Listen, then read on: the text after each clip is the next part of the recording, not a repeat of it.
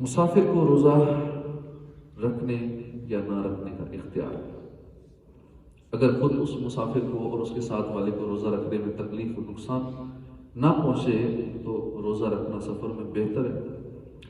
اگر دونوں یا ان میں سے کسی ایک کو نقصان ہو رہا ہو تو روزہ نہ رکھنا بہتر ہے۔ آج کل کے جو سفر اتنے آرام دہ اس میں کون سا نقصان ہوگا؟ جہاز میں سفر کرنا ہے تو بھی آسان ہے، اندر اے سی لگے ہوتے ہیں، کوئی تکلیف کا سلسلہ نہیں ہوتا۔ گاڑیوں میں سفر کرنا ہے تو بھی 2-4-6 گھنٹے کا سفر بھی ہو تو گزر ہی جاتا ہے۔ مسافر نے ذہوہ کبریٰ سے بیشتر اقامت کی اور ابھی کچھ کھایا نہیں تو روزے کی نیت کر لینا واجب ہے۔ دن میں اگر سفر کیا تو اس دن کا روزہ چھوڑ دینے کے لیے آج کا سفر عذر نہیں ہے۔ دن میں اگر سفر کیا تو اس دن کا روزہ چھوڑ دینے کے لیے آج کا سفر عذر نہیں ہے۔ البتہ اگر دوران سفر توڑ دیں گے تو کفارہ لازم نہ آئے گا مگر گناہ ضرور ہوگا اور روزہ قضا کرنا فرض رہے گا۔ اگر سفر شروع کرنے سے پہلے توڑ دیا پھر سفر کیا تو کفارے کی شرائط پائے گے تو قضا کے ساتھ ساتھ کفارہ بھی لازم آئے گا۔ اگر دن میں سفر شروع کیا اور دوران سفر روزہ توڑا نہ تھا اور مکان پر کوئی چیز بھول گئے تھے، واپس آئے لینے کے لیے، اب اگر آ کر روزہ توڑ ڈالا تو کفارہ بھی واجب ہوگا شرائط پائی جانے کی صورت میں۔ اگر دوران سفر ہی روزہ توڑ دیا ہوتا تو صرف قضا رکھنا فرض ہوتا۔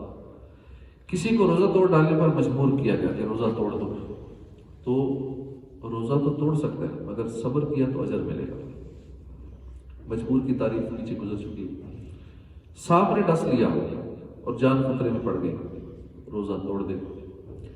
جن لوگوں نے ان مجبوریوں کے سبب روزہ توڑا ان پر فرض ہے کہ ان روزوں کی قضا رکھیں اور ان قضا روزوں میں ترتیب فرض نہیں ہے، لہٰذا اگر ان روزوں کی قضا کرنے سے قبل نفل روزے رکھیں تو یہ نفل روزے ہو گئے، مگر حکم یہ ہے کہ عذر جانے کے بعد آئندہ رمضان کے آنے سے پہلے قضا رکھ لیں۔ حدیث پاک میں ہے کہ جس پر گزشتہ رمضان کی قضا باقی ہے اور وہ نہ رکھے اس کے اس سال کے روزے بھی قبول نہ ہوں گے۔ اگر وقت گزرتا گیا اور قضا روزے نہ رکھے یہاں تک کہ دوسرا رمضان آ گیا تو اب قضا روزے رکھنے کے بجائے پہلے اسی رمضان کے روزے رکھ لیجیے، قضا بعد میں رکھ لیجیے۔ بلکہ اگر غیر مریض اور مسافر نے قضا کی نیت کی جب بھی قضا نہیں ہو، بلکہ اسی رمضان شریف کے وہ روزے ہیں، بھوک اور پیاس ایسی ہو کہ ہلاک ہونے کا خوف ہے، جان چلی جانے کا خوف ہے اور صحیح خوف ہے، یا نقصان عقل کا اندیشہ ہو تو روزہ نہ رکھے۔ فقہائے کرام نے روزہ نہ رکھنے کے لیے جو رخصتیں بیان کی ہیں ان میں یہ بھی داخل ہے کہ مریض کو مرض بڑھ جانے یا دیر میں اچھا ہونے یا تندرست کو بیمار ہو جانے کا گمان غالب ہو تو اجازت ہے کہ اس دن روزہ نہ رکھے۔ اس گمان غالب کے حصول کی تیسری صورت کسی مسلمان حاذق طبیب مستور یعنی غیر فاسق ماہر ڈاکٹر کی خبر بھی ہے، لیکن فی زمانہ ایسے ڈاکٹر کا ملنا بہت ہی مشکل ہے۔ اب ضرورت زمانہ کا لحاظ کرتے ہوئے اس بات کی اجازت ہے کہ اگر کوئی قابل اعتماد فاسق یا غیر مسلم ڈاکٹر بھی روزے رکھنے کو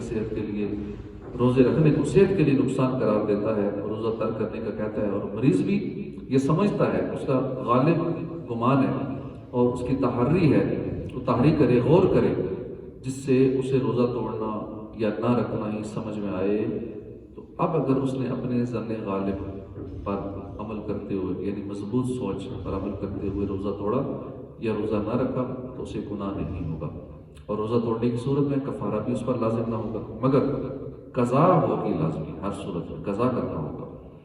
اور تحری کہتے ہیں غور کرنا، کسی بارے میں سوچنا، یعنی غور کرنے میں یہ بھی ضروری ہے کہ مریض کا دل اس پر جمے کہ یہ ڈاکٹر خواہ روزہ توڑنے کا نہیں کہہ رہا، اس میں بھی زیادہ بہتر یہ ہوگا کہ ایک سے زائد ڈاکٹر سے رائے لے لیں کہ ایک ڈاکٹر نے مجھے یہ کہا ہے کہ روزہ نہ رکھو، پھر دوسرے سے مشورہ کر لیں۔ جب 2-4 ڈاکٹروں سے مشورہ کرے گا تو اسے اندازہ ہو جائے گا کہ ہاں یہ سارے ٹھیک کہہ رہے ہیں۔ روزے کی حالت میں حیض یا نفاس شروع ہو گیا تو وہ روزہ جاتا رہا، اس کی قضا رکھے، فرض تھا تو قضا فرض ہے، نفلی تھا تو قضا واجب۔ حیض و نفاس کی حالت میں سجدہ شکر اور سجدہ تلاوت حرام ہے اور آیت سجدہ سننے سے اس پر سجدہ واجب نہیں ہے۔ حیض یا نفاس کی حالت میں نماز روزہ حرام ہے اور ایسی حالت میں نماز روزہ صحیح ہوتے ہی نہیں، نیز تلاوت قرآن پاک یا قرآن پاک کی آیات مقدسہ یا ان کا ترجمہ چھونا، یہ سب بھی حرام ہے۔ حیض یا نفاس والی کے لیے اختیار ہے کہ چھپ کر کھائے یا ظاہراً کھائے، روزہ دار کی طرح رہنا اس پر ضروری نہیں ہے، مگر چھپ کر کھانا بہتر ہے، خصوصاً حیض والی کے لیے۔ حمل والی یا دودھ پلانے والی عورت کو اگر اپنی یا بچے کی جان جانے کا صحیح اندیشہ ہے تو اجازت ہے۔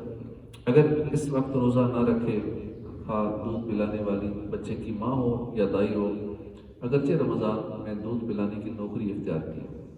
اسی طرح شیخ فانی ہیں، یعنی ایسے بزرگ جن کی عمر ایسی ہو گئی ہے کہ اب وہ کمزور ہی ہوتے جا رہے ہیں، جب وہ روزہ رکھنے سے مجبور ہو جائیں، یعنی اب نہیں رکھ سکتے، نہ آئندہ کوئی چانس ہے کہ روزہ رکھ سکیں، انہیں اب روزہ نہ رکھنے کی اجازت ہے۔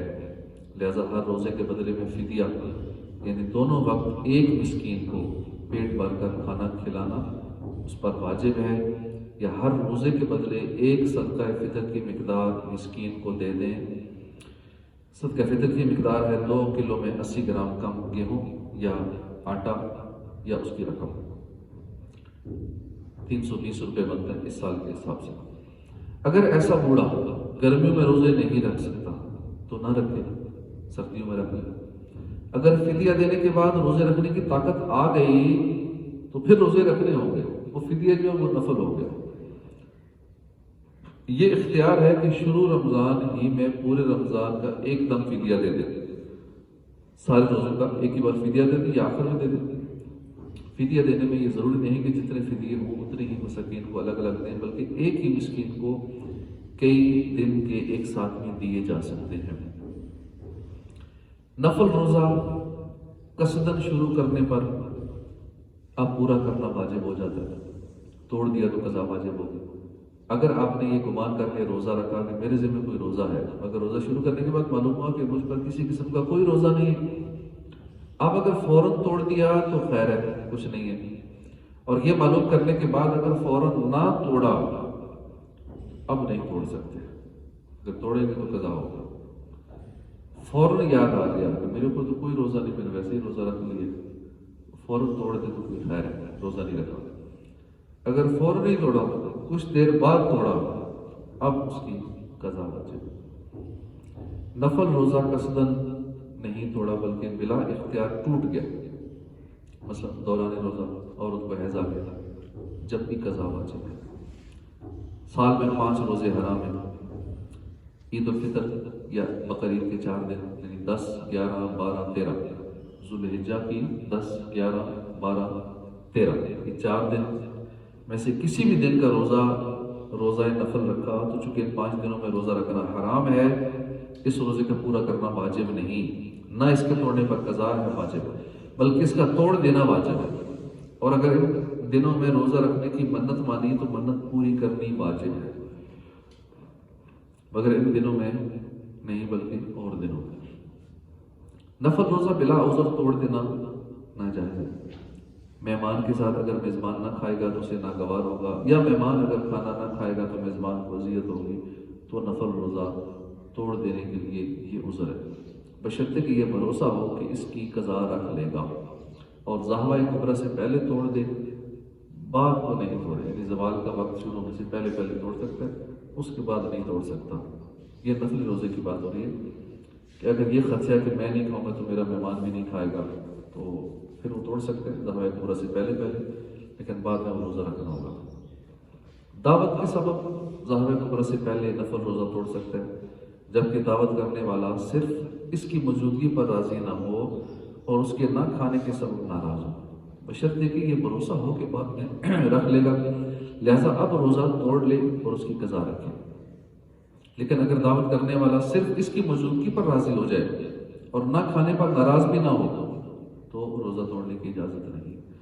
نفل روزہ زوال کے بعد ماں باپ کی ناراضی کے سبب توڑ سکتے ہیں، اور اس میں عصر سے پہلے تک توڑ سکتے ہیں، عصر کے بعد نہیں توڑ سکتا۔ نفل روزہ رکھا، والدین کہہ رہے ہیں کہ روزہ نہ رکھو، تو عصر سے پہلے والدین کی بات مانتے ہوئے توڑ سکتے ہیں، عصر کے بعد نہیں توڑ سکتے۔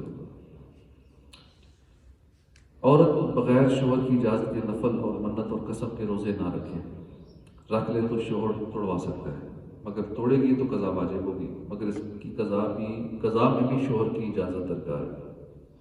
یا شوہر اور اس کے درمیان جدائی ہو جائے، یعنی طلاق بائن ہو جائے۔ طلاق بائن اسے کہتے ہیں کہ جس سے بیوی نکاح سے باہر ہو جاتی ہے، اب شوہر رجوع نہیں کر سکتا۔ طلاق بائن جب ہو جاتا ہے تو پھر شوہر رجوع نہیں کر سکتا، تو طلاق بائن دے دے یا مر جائے۔ ہاں اگر روزہ رکھنے میں شوہر کا کچھ حرج نہ ہو، مثلا وہ سفر میں ہے یا بیمار ہے یا احرام میں ہے، تو ان حالتوں میں بغیر اجازت کے بھی قضا رکھ سکتی ہے، بلکہ وہ منع کرے جب بھی رکھ سکتی ہے۔ البتہ ان دنوں میں بھی شوہر کی اجازت کے بغیر نفل روزہ نہیں رکھ سکتی۔ رمضان اور قضائے رمضان کے لیے شوہر کی اجازت کی کچھ ضرورت نہیں ہے، بلکہ اس کی ممانعت پر بھی روزہ رکھے۔ شوہر کہے نا کہ رمضان کے روزے نہیں رکھنے، پھر بھی بیوی نے رکھنے ہوں گے۔ اگر آپ کسی کے ملازم ہیں یا اس کے یہاں مزدوری پر کام کرتے ہیں تو اس کی اجازت کے بغیر نفل روزہ نہیں رکھ سکتے، کیونکہ روزے رکھیں گے تو اس کے کام میں ہر جائے گی، ڈیوٹی میں کوتاہی ہوگی۔ ہاں روزہ رکھنے کے باوجود آپ باقاعدہ کام کر سکتے ہیں، اس کے کام میں کسی قسم کا کوئی حرج نہیں آئے گا، سستی کوتاہی نہیں ہوگی، کام پورا ہو جاتا ہے، تو اب نفل روزے کی اجازت لینے کی ضرورت نہیں ہے۔ نفل روزے کے لیے بیٹی کو باپ، ماں کو بیٹے، بہن کو بھائی سے اجازت لینے کی ضرورت نہیں ہے۔ ماں باپ اگر بیٹے کو روزہ نفل سے منع کر دیں اس وجہ سے کہ مرض کا اندیشہ ہے، تو ماں باپ کی اطاعت کرے۔ اللہ پاک ہمیں روزوں کے مسائل سیکھنے کی توفیق عطا فرمائے، آمین بجاہ النبی الامین صلی اللہ علیہ وآلہ وسلم۔ صلو علی الحبیب صلی اللہ تعالی علی محمد صلی اللہ علیہ